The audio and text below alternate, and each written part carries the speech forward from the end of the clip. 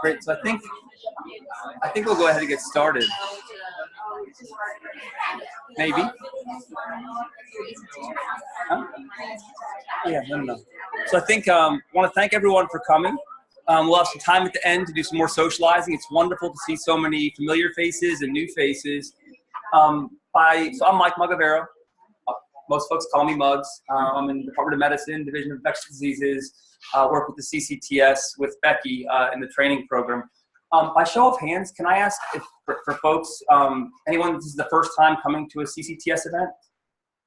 Wonderful, welcome. I wish we had like Disney, like little first time pins. We don't have like little, this is my first time, but it's really awesome. We're glad you're here. Hope to share information about the Ccts today. Yeah, I'm sorry if you saw the theme, but getting to K and beyond, couldn't help myself. So Toy Story 4 came out, and so we were going with the Buzz Lightyear theme. I can't believe there's Toy Story 4. But really excited to share some of the resources from Ccts and otherwise. There's a lot of interest in Ks and other mechanisms. A lot of panel discussion for successful folks. And was going to start off with my experience. So I did my residency here from 1999 into 2003 in internal medicine, went into the T32 research fellowship and ID fellowship at Duke, and came back in 2006 and heard a lot about K awards. And this is kind of, I don't know if you could read that, but it seems like there seems to be no signs of intelligent life anywhere. So I was kind of like looking around trying to figure out, like, how do I get a K award? And there's no one here to help me. And I think a lot of times when we're, postdocs, early career faculty, we feel kind of alone on an island, but there's a lot of resources and a lot of people and a lot of programs that are here to help. And it's not just the Ccts, but a number of other centers outside of divisions, departments, and schools. So the focus today is talking about the Ccts and some of the programs that we offer and what we do and touch points and opportunities. This is meant to be an introduction and we have a lot of programs. We want to keep seeing you. We want you to come to our programs, but also to recognize beyond the Ccts, we can connect you with a lot of other programs and people that can help you on your career journey as a clinical and translational researcher. So some background about Ccts, the idea of getting to K, some different touch points in different domains in the Ccts. And then beyond. So kind of when you're thinking about being on a career award, some of the career development activities that you might include as part of that training grant and some of the programs that we offer in terms of building a bigger community, helping with your training and preparing for after the K, what comes next. So we spend a lot of time thinking about inflection points, kind of pre-doc to post-doc to early career, kind of K to K, then to R. So a lot of time and thought and a lot of resources with that journey. So just by way of background, so folks kind of know, if you don't, how the Ccts fits in. It's part of a large, program led by NIH through NCATS, the National Center for Advancing Translational Sciences. We talk about science, on this translational spectrum. So the basic research is kind of considered T0, and then kind of going around clockwise. Preclinical research being T1, clinical, T2, T3, the implementation, and T4 more in public health, different designations. But in thinking about a translational spectrum, kind of you hear a lot about this idea of T1, 2, 3, 4. And the Ctsas goals are really these 5 main goals. So one is in workforce development in the clinical and translational sciences, building collaboration and engagement, integration of sciences across translational spectrum, actually studying methods and processes of conducting translational science, and a heavy emphasis on informatics, both clinical and biomedical informatics, because they're so essential to where science is and where science is going.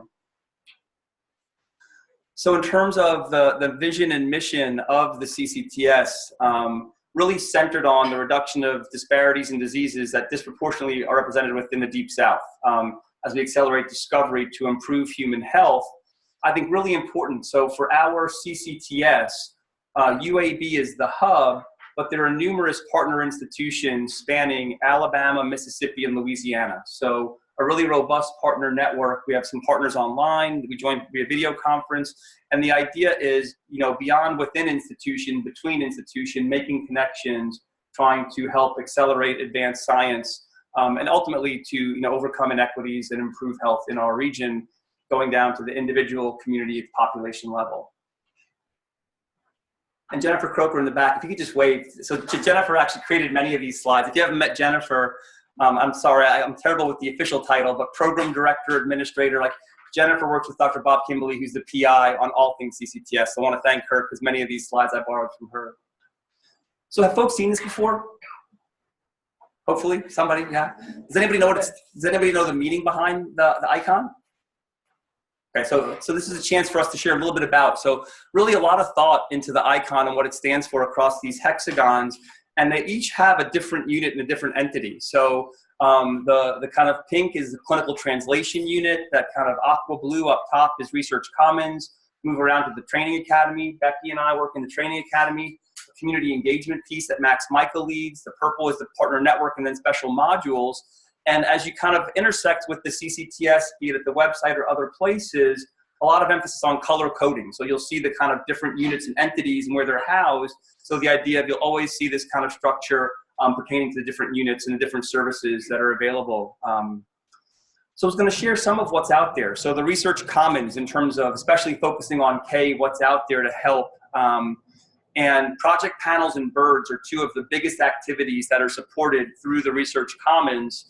The project panels program, we bring folks together who are, putting in a new grant, who have a grant to be reviewed, a new idea, to get feedback from a group of experts about the design, the evaluation. A lot of times it's actually the critical review of the grant itself before it's going in. The panel's done quickly. There's Nascent project panels.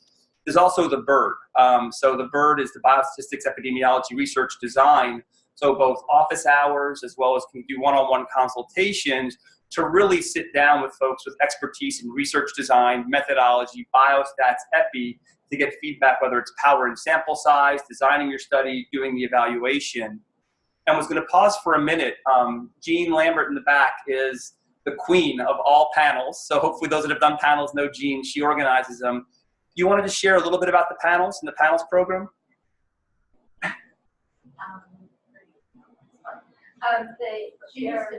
Yeah, come on up here, Jean.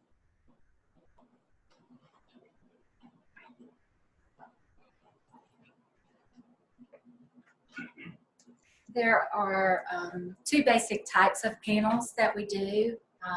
The first one is the Nascent Projects panel, and that is what it sounds like. It's for projects that are nascent.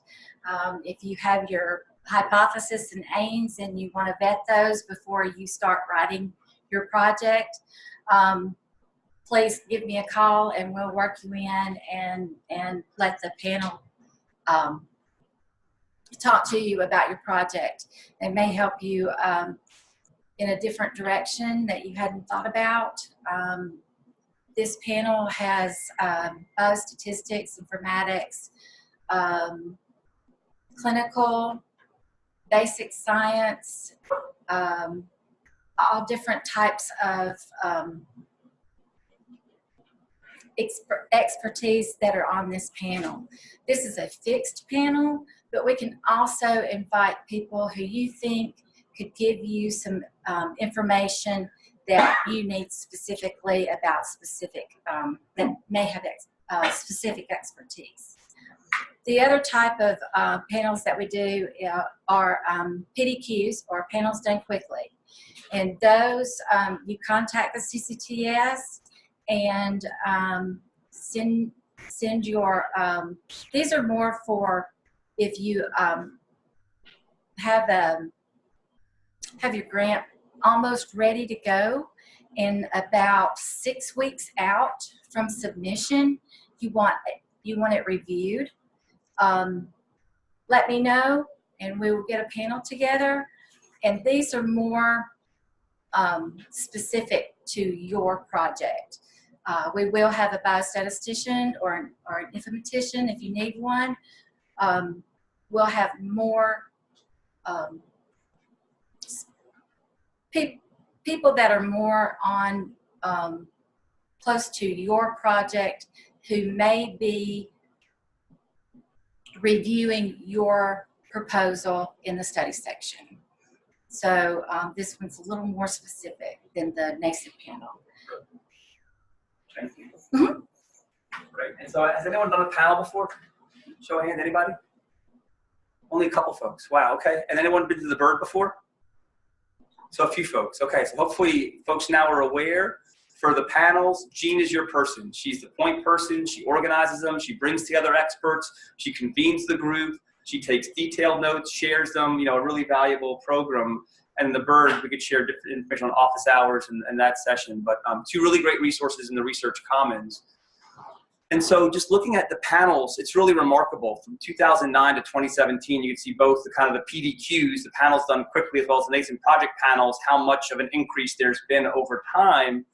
And when we look, and it's an inexact science, but when we look at folks who through OSP put in grants who had participated in the panel versus those that didn't, what we saw was that those who had done a panel, their likelihood of funding was increased fourfold within the next 18 months. Now we can't infer causality, there's all kinds of biases, but the idea that those panels numbers are increasing, and among the selected sample that have done panels, their likelihood of funding fourfold higher. So I think a valuable program that's had some good success supporting folks getting funded grants. So again, Research Commons, you see the color. When you go to the website, it's always going to be that kind of same aqua type color. Another resource that's there is the grant library. So within the grant library, they're organized by different mechanisms. So right now you could go and pull up the CCTS website, go to the Research Commons, go to the grant library, and have at the click of a button a number of different K grants that have been submitted and funded by folks throughout the partner network. So a resource that's available to you. A lot of times folks want to see something before writing a grant. Let me see a funded grant in this mechanism to get a sense for what it looks like. So again, a resource that's there and very valuable. Are all the grants listed funded ones? All funded. And a few are unfunded that then later have a funded. So you can see kind of before and after, but most of them are funded grants. So moving on now to clinical translation. I saw Meredith earlier. Meredith, can you come share a little bit about the CRISP with us? And the CRISP is the Clinical Research Support Program. I'm not sure how much we intersect with K folks, but I think y'all have a lot of great services. Maybe you could just share. So we're really the implementation group.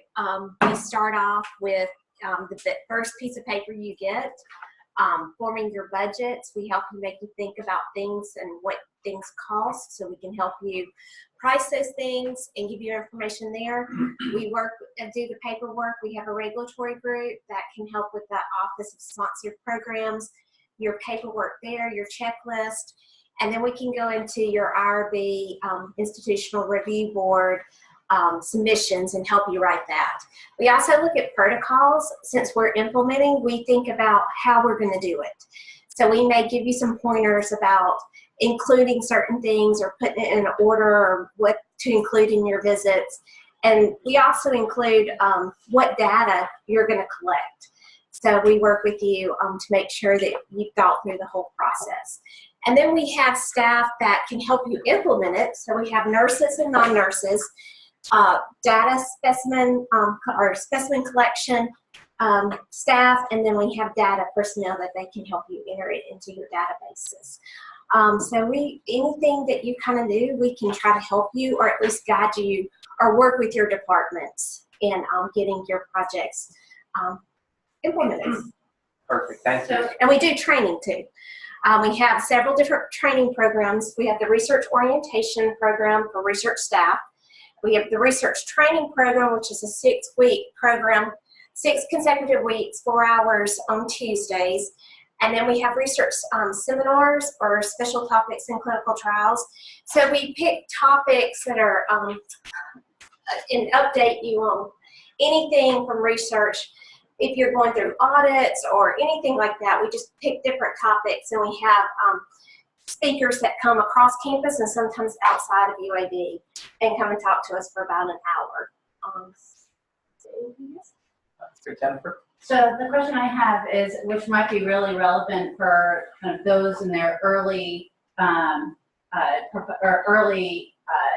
appointments or early scholar stages.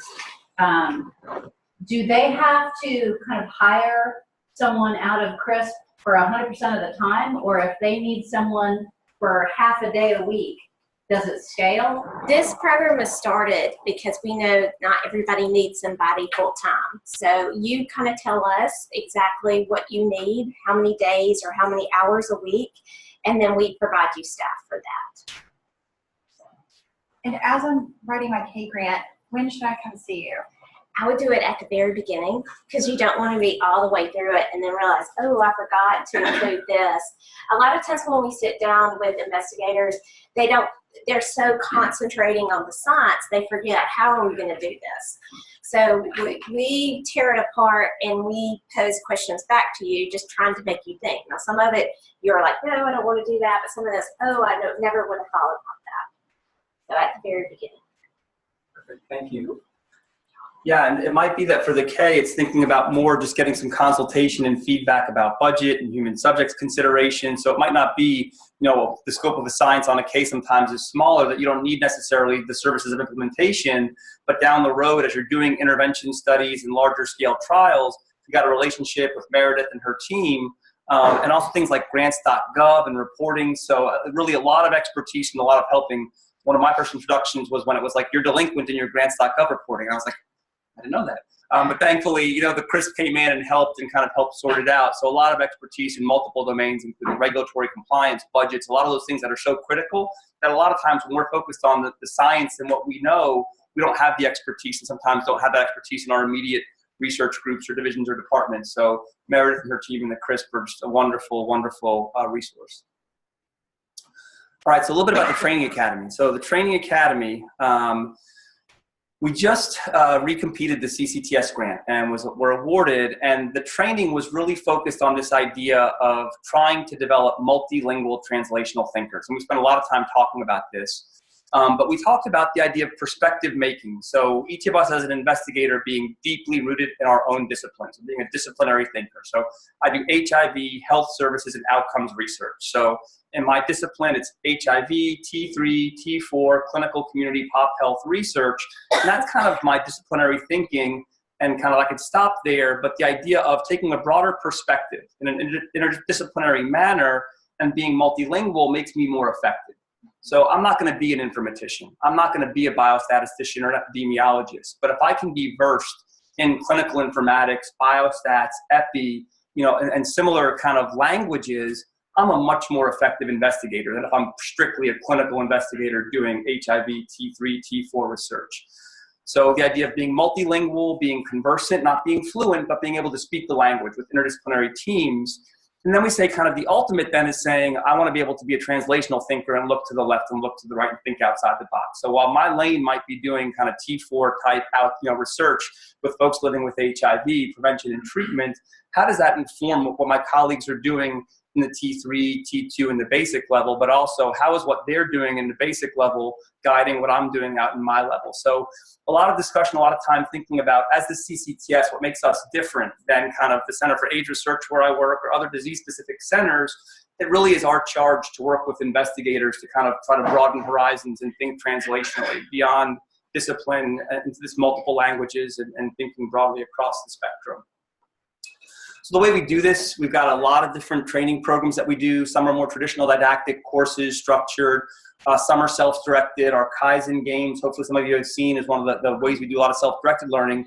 Increasingly, we try to build this portfolio of experiential learning by doing. So engaging folks in the process, learning by doing your research. So by no means is this meant to be exhaustive, but just give some idea of the different programs that we offer. So one was mentioned is the Cts TP. I'll talk more about this later. David Chaplin, who's in the back, has led this course incredibly adeptly for many years. Friday Fellows, tiers, the CITP. So structured courses, you can enroll, get very specific training in certain areas. Kaizen, gamification, James Willig's brainchild, a number of different entities where you can get training in a kind of game, answering questions, doing scenarios. And then the experiential we do through things like workshops and mini sabbaticals.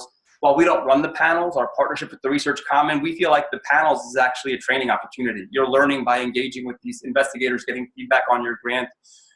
Recently developed these grant writing intensive cohorts. We'll talk more about those a little bit later, as well as LEAD we'll also talk about later. But again, this is just to give you a sense. This is all on the website. There's lots of information out there.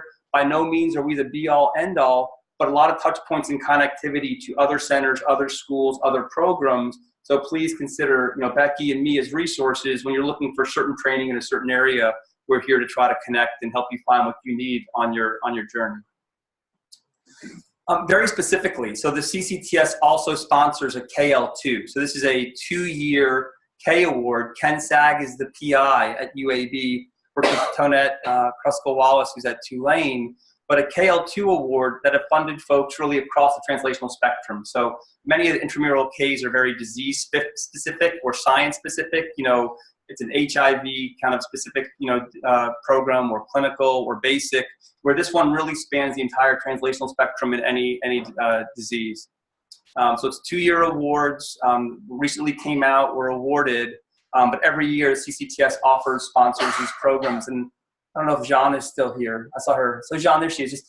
Just to say hi. So Jean Merchant works with Dr. Ken Sag, helps to organize this program. So it's another wonderful person to know as part of the training team. So GRIT, and it's a terrible acronym when you have to have like the letters be all up and low, and the grant writing intensive cohort. So Becky and I started this last fall with 4 very brave pilot folks that came with us. So the idea was we want to go on a 4 to 6 month kind of journey together in terms of you have an idea, you want to put in a grant, you want to put in your K for the fall, let's start planning and go through a timeline together. So Crystal, Bertha, Christina, and Tiffany joined us in the fall. We had a great time. We learned a lot. We have a number of folks that have joined us in the spring. But the idea is taking a lot of these activities that we already talked about and piecing them together with a few other programs to help ensure that by the time you submit your grant, it is the strongest possible grant. So we do a program orientation, start off very early with one of these kind of nascent project panel variants. So the idea of getting experts to vet your idea and say, are you going to be competitive for a K in 6 months? And if the thought is you're not going to be competitive, what do you have to do to be more competitive for the next cycle, whether it's more publications, more preliminary data, so that you have very early on getting that feedback.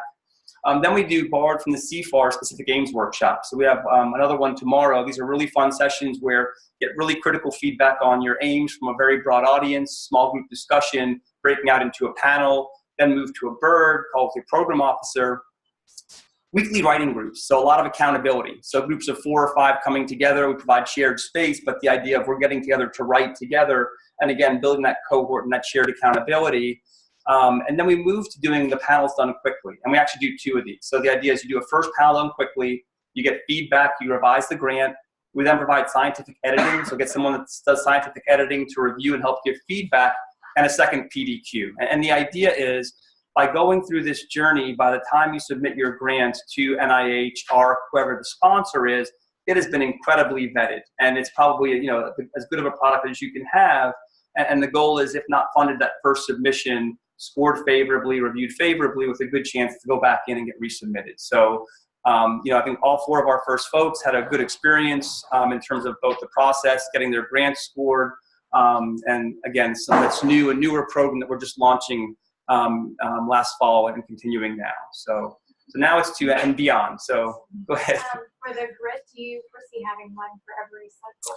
Yeah, it's a great question. So we originally saw doing it every cycle. Logistically, it's been interesting. So we thought about doing it in 4-month intervals, and 4 months was just too tight. So thinking about kind of 3 submissions, 4 months apart, we found that a lot of folks were coming to us in the spring to put in grants in the fall.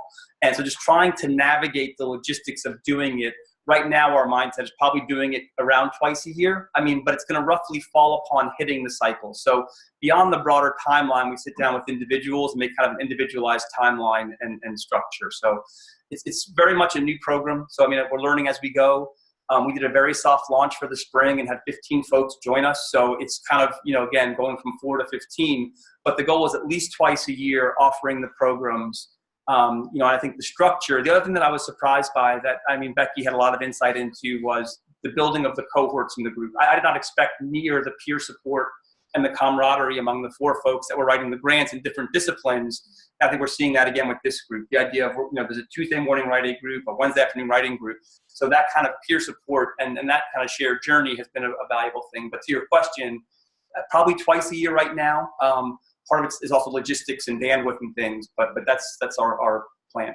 Started off with 3, and I think now we're at 2, and we'll see where we go. Becky. Me. So yeah, so pretty much I will say for anything we discussed today, if there's one point of contact, I would say Becky. And Becky can connect you with Jennifer, Jean, Meredith, John.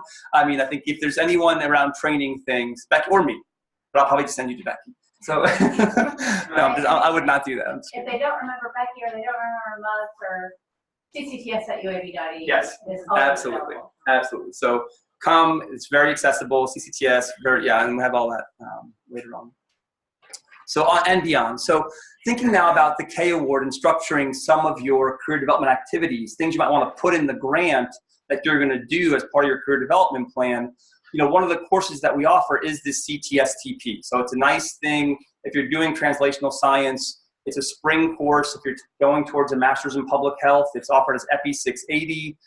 So the idea that when you're thinking about structuring your career development plan, if part of that includes didactic courses, CTS-TP is one of the courses we offer. Again, David Chaplin has led incredibly, very popular, hands-on, interactive, something to think about including in your career development plan.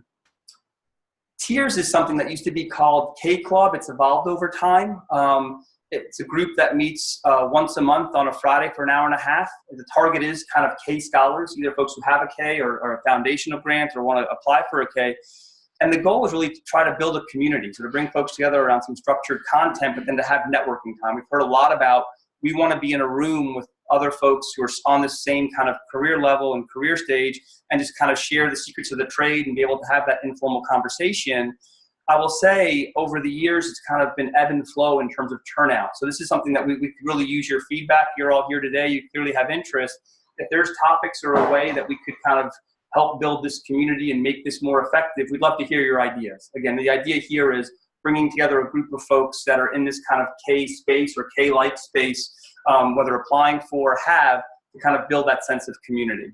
The next one's going to be on Friday, June 14th, I think very germane to this group, how to write the training sections of a career development award. So that'll be coming up next week. Lisa Jackson, who's in cardiology, is just fantastic, as well as Mary Townsley, who's one of our partners institutions at South Alabama, also fantastic. So if you're available, would mark your calendar and definitely come to that tier session. So LEAD is another program, and this is Becky led this. This is her brainchild. So it's a year-long leadership course. At the end of the program, 5 areas for improving leadership, enrich your leadership and personal effectiveness. So it's a monthly seminar that gets together, interactive, topical.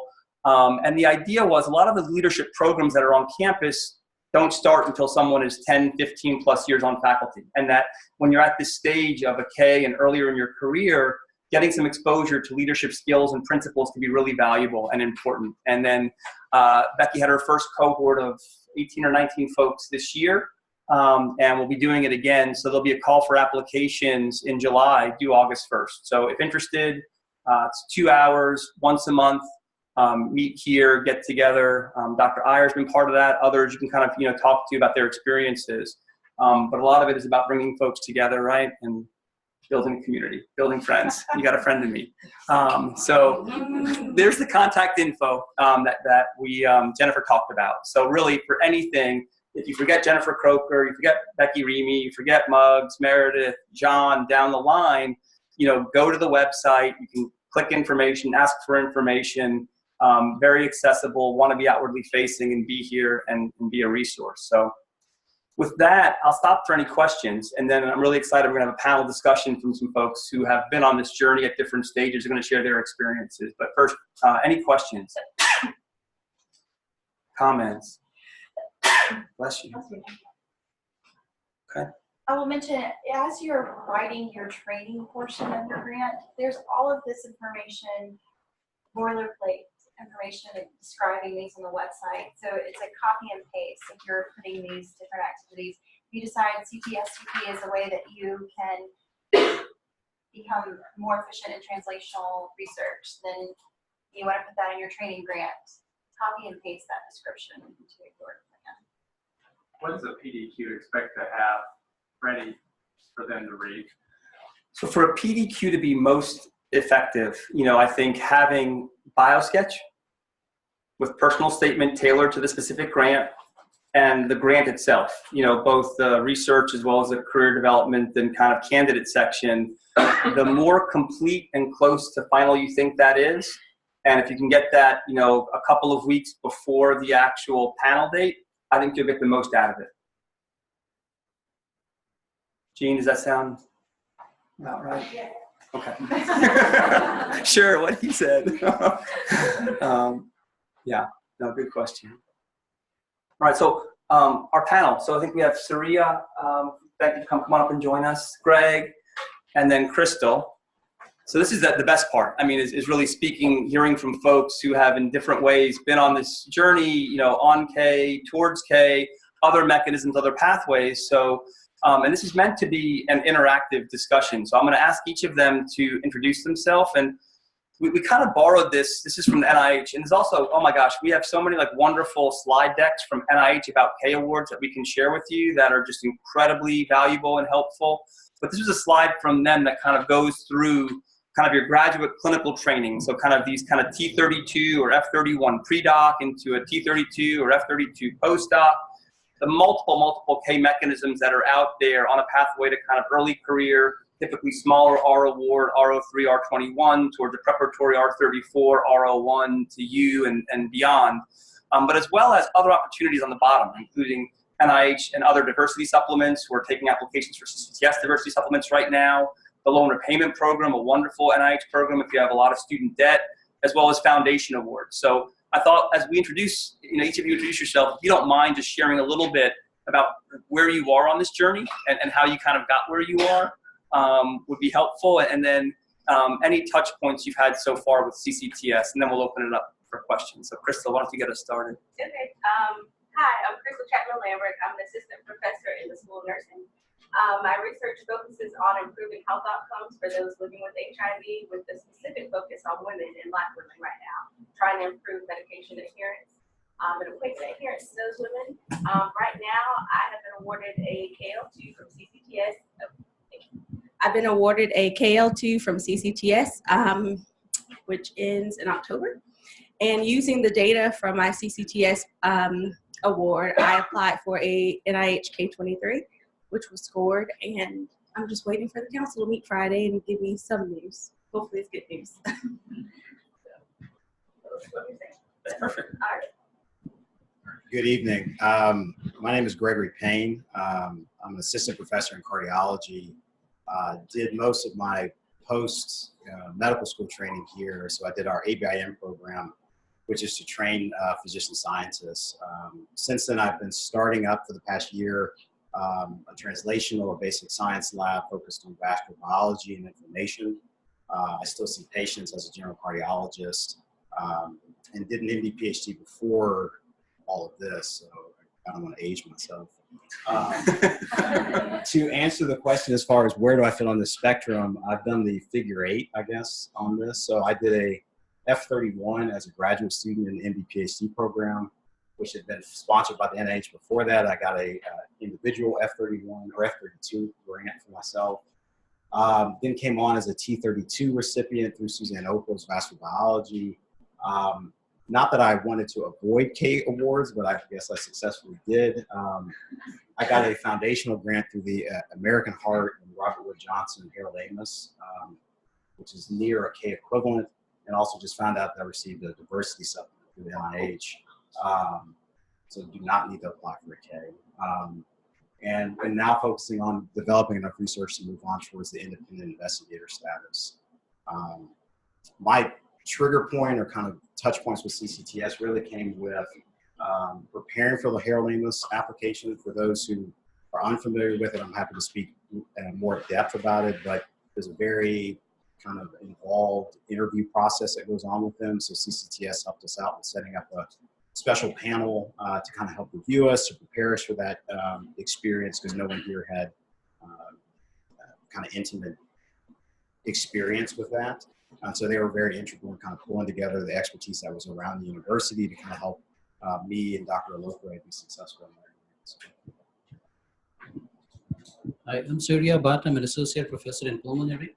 I currently have a K23, and my journey has been, I came to UAB from the University of Iowa following my fellowship, and I got an AHA grant the first year I was here, and then I applied, and there was a series of failures, which I can tell you more in detail about. I did get a KL2 from the CCTS, and I did get a K23 on my third attempt, so I think the KL2 kept me going while I was trying to get the K23, which was more valuable in the sense it's extra-memorable. I did apply for a ton of other grants, which I didn't get. There are some odd grants that are cooking. So on this line, I think I'm in my third year of K23, I have applied for a couple oral ones which are cooking in an R61, which is about to be reviewed. My research is in COPD, so I digressed a little bit from my K23, which was on phenotyping COPD exacerbations, and now run a lung imaging core. It's a facility for pulmonologists to look at lung images and phenotype different lung diseases. Great. So the floor is now open. So we've got 3 folks, right? So here's very different paths, very different journeys. 2 of our previous KL2 scholars, 2 went on to take K23. A couple folks who've had diversity supplements from NIH, foundation awards, other mechanisms. So, I think really wanted to have more of an interactive and see questions for Crystal, Greg, Saria that you might have about K, other mechanisms, foundation, similar awards. And maybe we'll pass the microphone. So, because there's folks that have joined us. I don't know if the mic's overhead or are they on? They'll pick up on the panel, but they'll pick up in the audio. Okay, great. So, Greg, I wanted to talk to you about the fact that you said that you don't think you will need a K, and you said you have the foundation. You have the foundation and the diversity supplement. How does that work?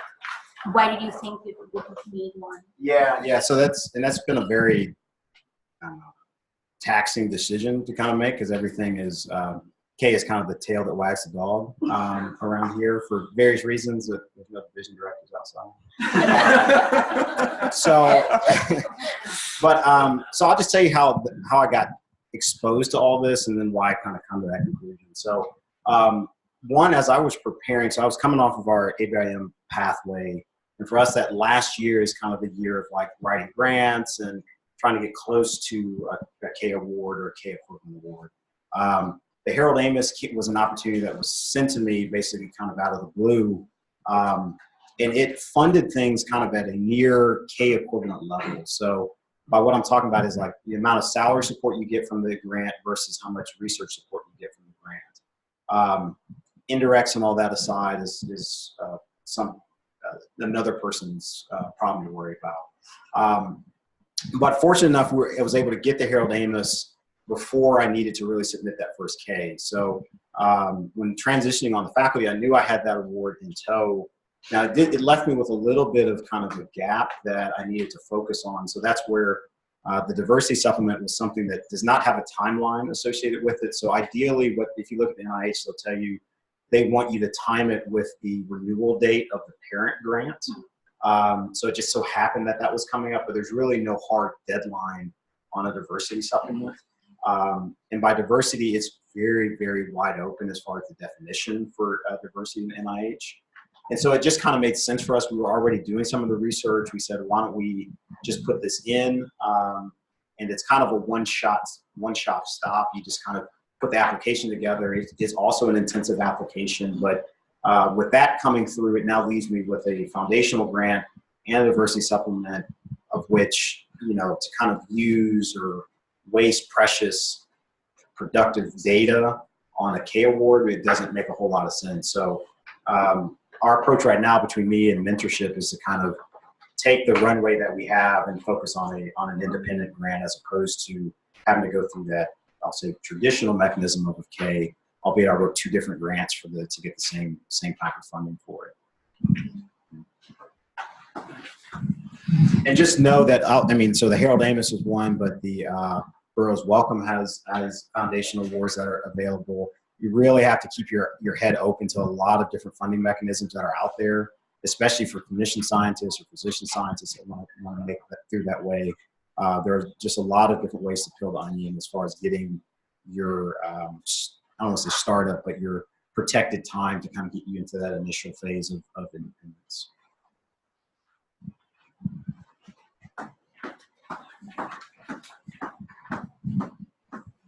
Hey, thanks for your time. I have a lot of questions, but I'll try to boil it down to 2 specifically, and as it relates to different fields. How did you identify your mentor specifically, and then what was the time frame in terms of writing the application, getting it reviewed, and then ultimately submitting? Well, selecting mentors, that can be difficult. You want to step outside? No, I won't say anything bad about it. So, Pull it aside after. but it could be difficult in the sense that I would find someone who's in the area that you want to apply for your grant, and someone who had a successful track record of getting NIH funding. And then you're probably going to have to harass that person a little bit. My mentor told me, I don't know if I'm the right person for you. So I had to show him that he was the right person, and I got it. So that would be my answer as far as mentors.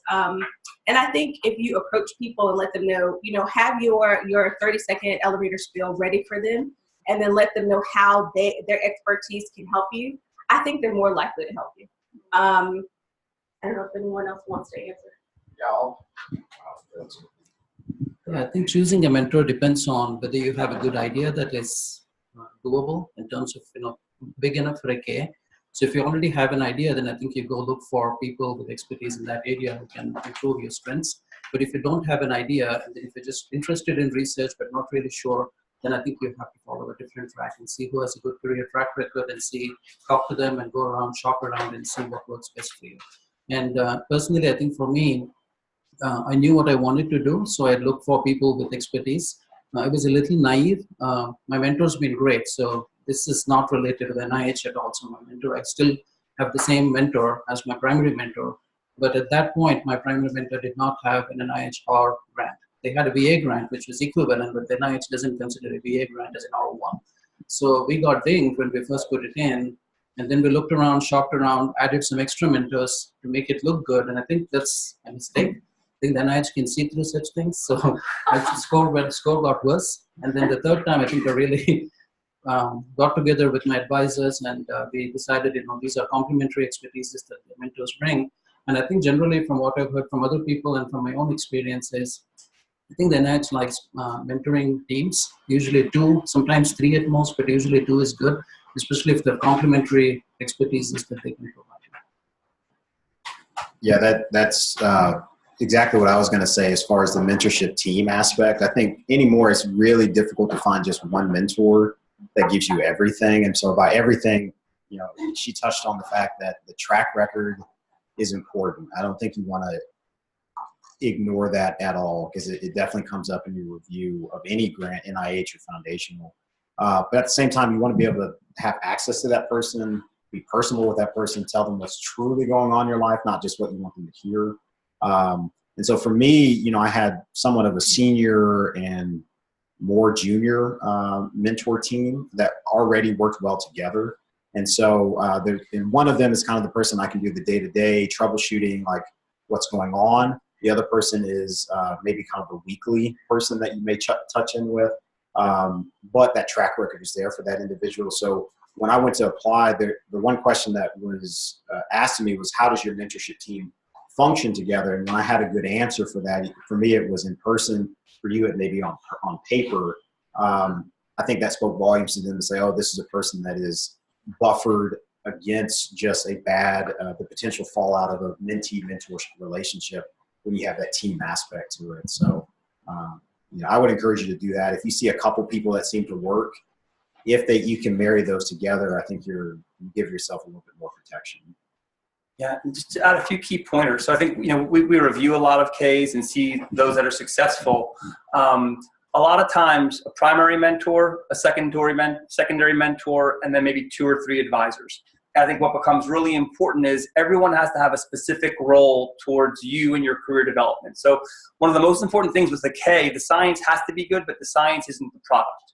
The product is the applicant. So the idea that between the mentored career development activities conducting the science, you are now poised to be an independent NIH investigator. You have the skills, resources, experience. So something, I think mentioning the idea of team mentorship, it's critical. And it's also important. You can't have 3 people that are the same phenotype. So I've seen people get dinged. These are all wonderful, big names, National Academy, but each person you have to say, here's a very distinct role for this individual as it pertains to my career development and the conduct of my science. So there's many examples, and it's almost become now, standard, a table that integrates the scientific aims with the career development activities with the mentors and advisors. So in one place now, we have many examples, but if you can show reviewers that you have thought through your science with whatever career development activities and specific mentors, it shows that triangulation and integration that plays really well at study section, has led to a lot of successfully funded case. If I may add, Mike, I think practically also it's good to have a mentoring team, because especially if they're very divergent interests, but are of interest to you, it always gives you a path to differentiate yourself from your mentor. One of the fine lines about a K is, although it's a career development award, it's almost like they're looking for your long-term path. What's your next arc? That's the big question. Even though you don't want to say it, I think that's what they're looking at. So if you can say that, this is X skill that I get from one mentor and Y skill, and I'm going to marry the two and make my own career out of it, I think that's the underlying theme that they want to look at it. The other caveat I'll say to that is, do not feel pigeonholed by your current division or department when you're looking for a mentor. He knows very well my mentors are in pulmonary. I'm a cardiologist. At first, people are like, what the heck are you doing? It's worked out. So don't feel that you have to, it's not the hospital. So it's not teams running around that don't talk to one another. It is, if you have a scientific research interest that couples well, then by all means go approach that person. Yeah. One just final point about mentors is, if there's an opportunity to co-author primary data-driven papers with your mentors, do it. Especially if you're bringing somebody onto your team you haven't worked with. If there's a new person that brings a new expertise, it always plays really well. A common criticism at study section is she hasn't published with this mentor or that mentor. So if there's opportunity, just very pragmatically, strategically speaking, to engage a mentor in a piece of scholarship before you submit, that always plays well at study section. So related to that, do you think if you publish with 2 out of 3 but not the 3rd, is that a good thing for that? I think unless someone's a really stingy reviewer, I think most folks will give a pass and say there's a relationship with some, but I would think if you publish with 2 of 3, you'd be in pretty good shape. Yeah, and also if those 3 have published, and you can state that, that's a good thing to show that they already have a working relationship. I think that looks well. Yeah. That's a great point, Kristen. And do you think that it's important to have a mentor who has mentored previous K applicants? It's one thing I've heard, but it definitely is a strength. It helps, but at the same time, at some point, someone's got to be a mentor to a first person. So I remember the first person that I mentored that got funded for a K, I had one reviewer say he's never mentored a successful K. Another one said this is the best mentor letter I've ever read. So it was just kind of funny. It's like, well, he hasn't mentored anybody, and then I think so. Hopefully, the second person said, but it's a great letter, and clearly he's committed. So I think strategically, if there's somebody that you can have that's had experience, it's going to be viewed favorably. But if there's someone that's committed to you, who you have a relationship with, who it comes very through to a study section, this is the right person, I wouldn't not select that person just because they haven't mentored someone, so long as they have the funding as mentioned. They have to have the credentials and the funding. But to Saria's point, if it's just kind of structured more for grantsmanship, I think a lot of times folks will see through that. I think that's where the importance of the mentoring panel comes in. If one of them is not funded anyone, you got to start somewhere, but the co-mentor could have mentored 10 people. Yeah. So that always helps to show on the mentoring letter that goes with your application. Actually, I disagree a little bit with the way you suggested that, Mike, because I think the one place where adding somebody to fulfill a specific grant-specific role, where it's really worth considering, is in this regard, to have somebody who has real experience with mentoring people who are K phenotype. And you just need to describe them not as a scientific mentor if they're not your scientific mentor, but to be the career development mentor who is going to help you navigate the career arcs. Yeah. And I've seen a lot of the cases where people serve that role and are really a strength. So, and I must have misspoke because you and I are completely aligned. So I think I was speaking more to the idea of playing the primary mentor role. I think many grants will have a career mentor who is someone who is senior, experienced, maybe without content expertise. So I agree 100%. There's very much a role for a career mentor who plays the role of overarching guidance, but might not be that primary mentor who has the specific content expertise. So and I agree. If you have someone like that in your team, then the research mentor doesn't have to have K mentoring experience. Sort of thing. They need to have some mentoring experience, but Go ahead. Also, microphone's right here. Oh, sorry. Just to circle back to the kind of first question a little bit, we saw a very good timeline. The CCTS has this great plan. But I'd like to hear a little bit about your real experiences and any pivots you made, snags you may have hit, or things that you changed that really enhanced your grant after you got your first set of feedback. I can answer that. So I did not go through the CCTS panel because I think there was a break in the CCTS for some time, I believe, when I was first applying, or maybe I was not aware. But I went through the DOM panel, which was very similar. So when I thought I was ready, I got an AHA grant. So I was feeling pretty confident that, I passed peer reviews at multiple levels. So I showed my K-23, which is a much more extensive application compared to a foundation grant. And 2 of the reviewers gave me good feedback, good in the sense they said it's good.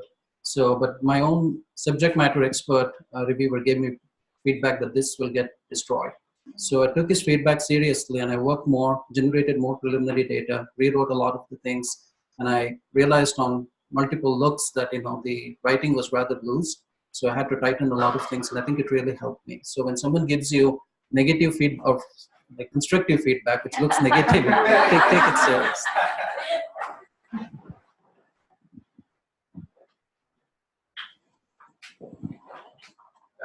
No. No comment. Pass. All right, who's next? Go ahead. I'm really, I guess I feel the sincerity of your question, that it's never linear the way it's always put up on the screen. I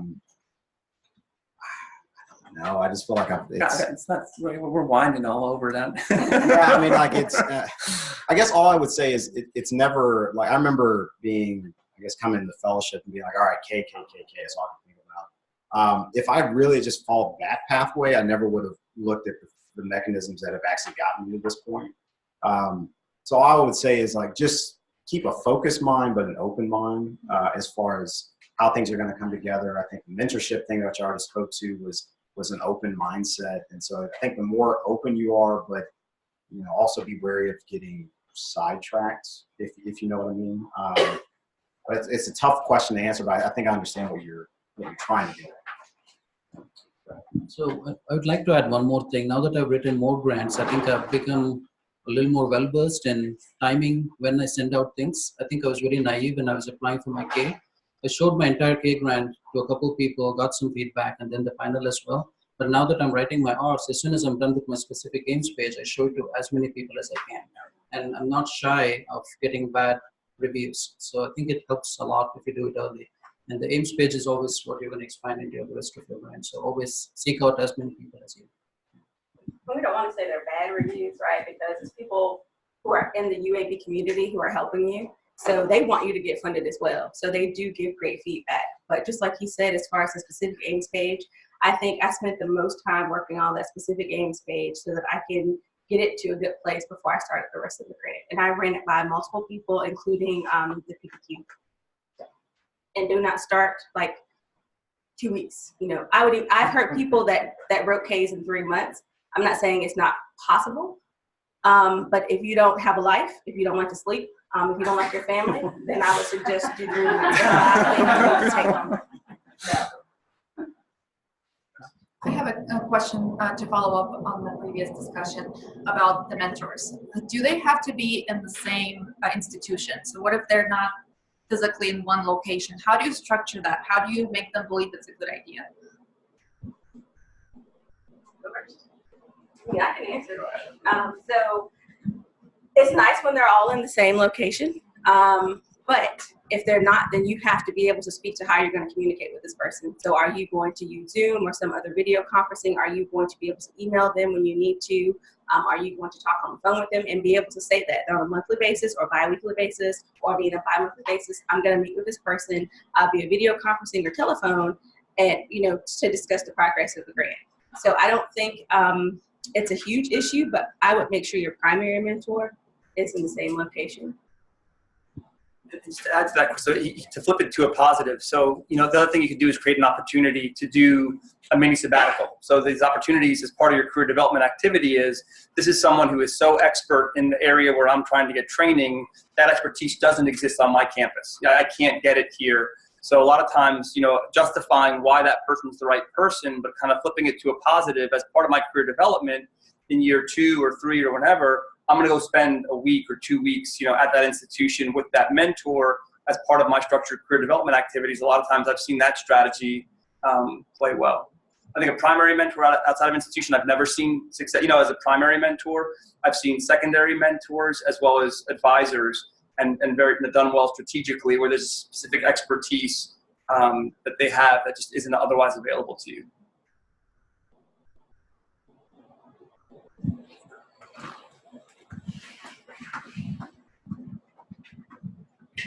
So how do you guys know you're ready to submit a K?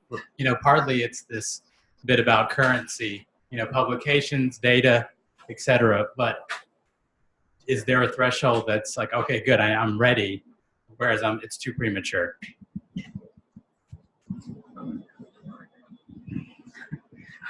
I don't think you really know, but I think at some point you just have to be brave, but also hear from other people that don't submit if it's not fully well written.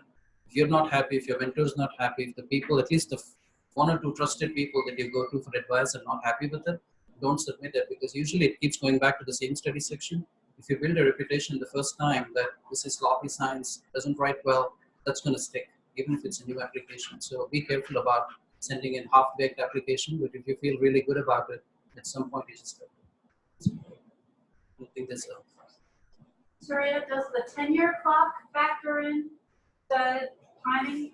the tenure clock at UAB is what, 7 years, right? I feel like it's a long clock. So if you don't get your K by then, it's highly unlikely you're going to get it, is my guess. So I think I won't factor that in. I'll probably just keep. I don't know how long it takes to write a K is a good question. I think somebody asked this before. Everybody's writing style and speed is different. I would say to write a really good K from scratch, if you've never written a grant before, probably takes 1.5 to 2 years, I would think. Generating the preliminary data, if you include all that. But if you're just writing the application, I think you can write it in 4 to 6 months and have a really good application, but provided you have everything in place. So I think considering all that, if you start off as an instructor, I think you still have a couple of years to work, and then once you're assistant professor, I think when your tenure clock starts ticking, you still have 7 years to get it. So I don't think that should be a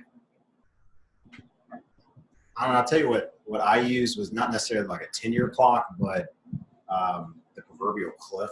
And so, I knew like as a postdoc that transitioning on the faculty was going to be one of my cliff marks about, becoming a faculty member, and then what does that position look like? What strengths do you come on to negotiate for that? And so that was one of the rationale for me applying early to the Harold Amos was I'd be in a much better position if I had a career development award, even from whomever, if I could apply with this grant. So that was one of the reasons I said, and then I talked to Amit, Ed, the advisors. I said, do you guys think it's reasonable to put this in? They said, yeah. So then those two kind of married together.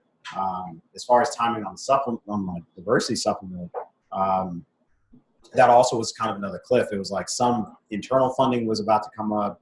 I was like, this makes sense to be the smoothest transition.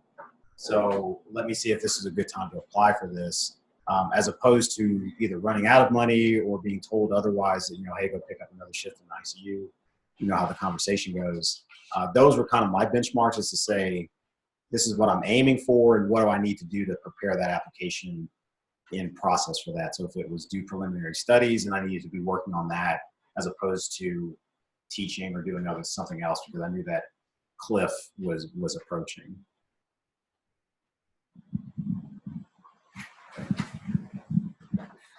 Well, I have 3 questions that keep it short. So first question is, what's your kind of idea on applying for a foundation grant versus just go straight and applying for a K?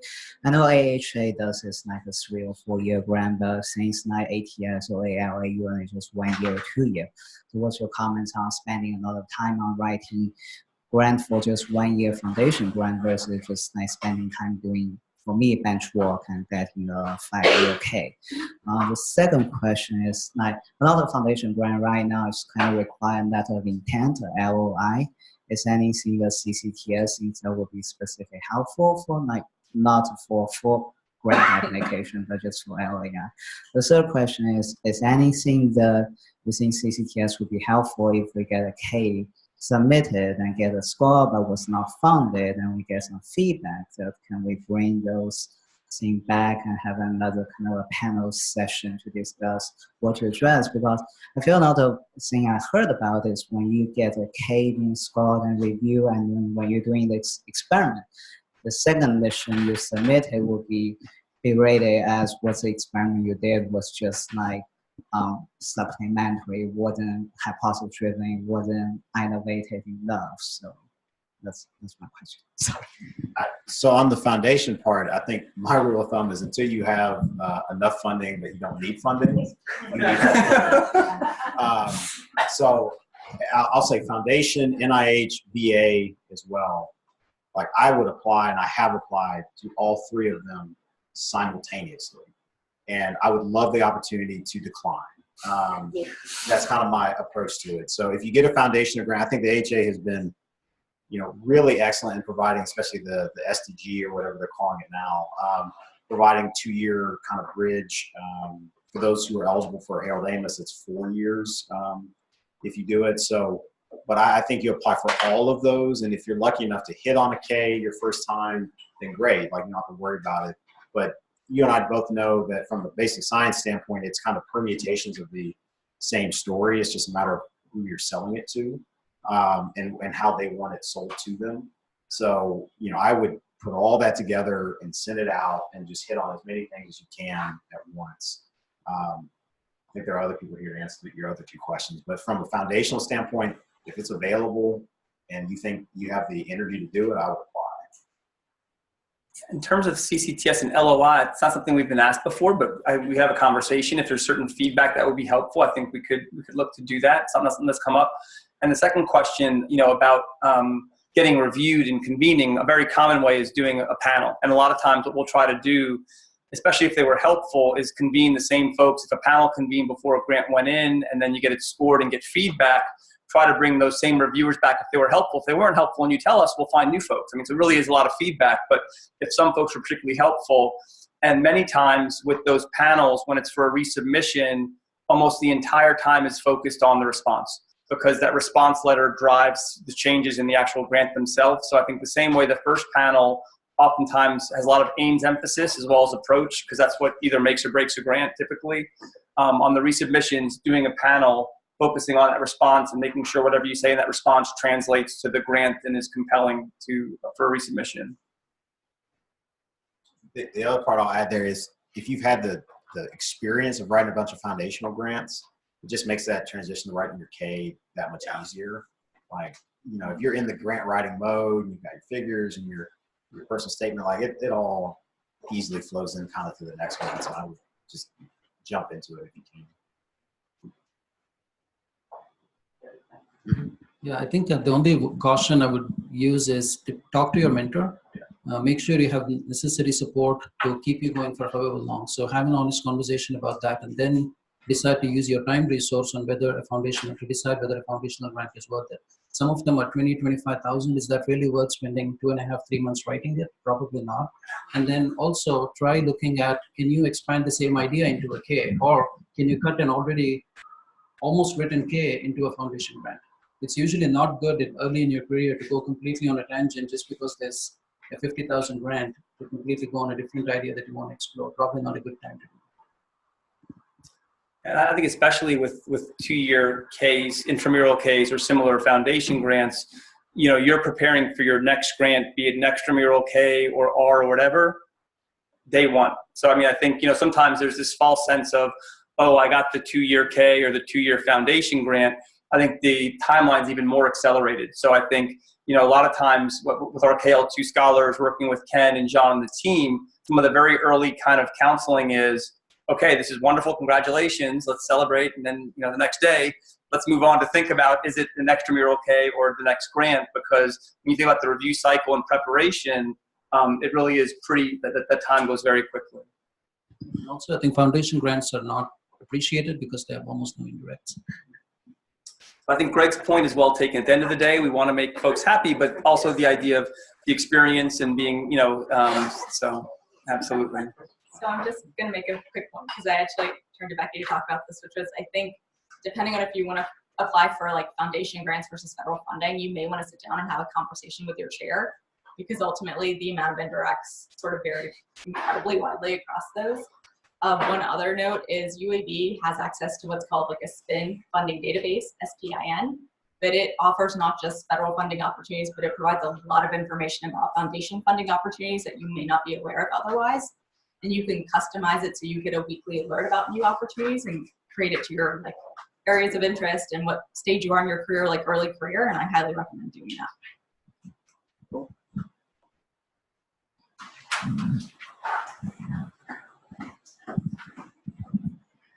I have had interactions with program officers for R's where you have a conversation in 30 minutes and you come away not knowing a single piece of information that was helpful. But I hear that program officers for Ks actually are very helpful if you go to the program officer over the particular agency that you're going to, that they're a lot more geared toward giving you helpful information. So I was wondering if you guys have any experience dealing with program officers for either foundations or K grants. So when I was writing the K-23, I reached out to the program officer and sent her a concept sheet. And we probably spent 30, 45 minutes on the phone with her giving me feedback. And then we scheduled a time maybe 30 days later to meet again. So I feel that she was very helpful. My application was actually passed on to a different program officer. So I don't interact with her anymore, but the new program officer is the same.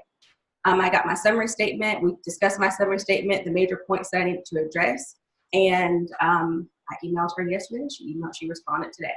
So I feel like they're very responsive and they're there to help. And that's what they'll tell you. Don't feel like you're bothering them. They get paid to help you. So. Yeah, I can't speak to this, like specifically submitting the grant side, but again, through CCTS, I went through the NIH Future Leadership Conference that I think they'll sponsor here. But part of that was an opportunity to meet program officers, and that was phenomenal. So, no matter what people say, there's a human aspect to this. And so, I kind of heard about things that, people would give heads up, because I don't know how much we all read the NIH announcement page every day, but they give a heads up to say, hey, this is coming down the pipeline. It's germane to what you do or what you're looking for. And then I think once people put a face to a name and if they get a good impression about it, that kind of sticks with you. So I think any good interaction you can have with them is positive, emphasis on good interaction. But I would support calling them. I think that's always been the advice I've gotten, is to be in touch with them. So I think we'll probably, if there's no other questions, close now. We really want to thank you all for being here. And the real request, I guess, for me and for us is, if there are programs that you want to learn more about, that you heard about, if you think there are things that are missing, if you feel like there's resources that are not available, please let us know. I mean, I think, we interact with a lot of different folks at different levels of training and career, but there's always room to improve. So really, we're very open, welcome feedback. Really appreciate y'all coming out tonight, and there's still some more food and drink for those that want to stick around and socialize. And if not, have a great night, and thanks for being here.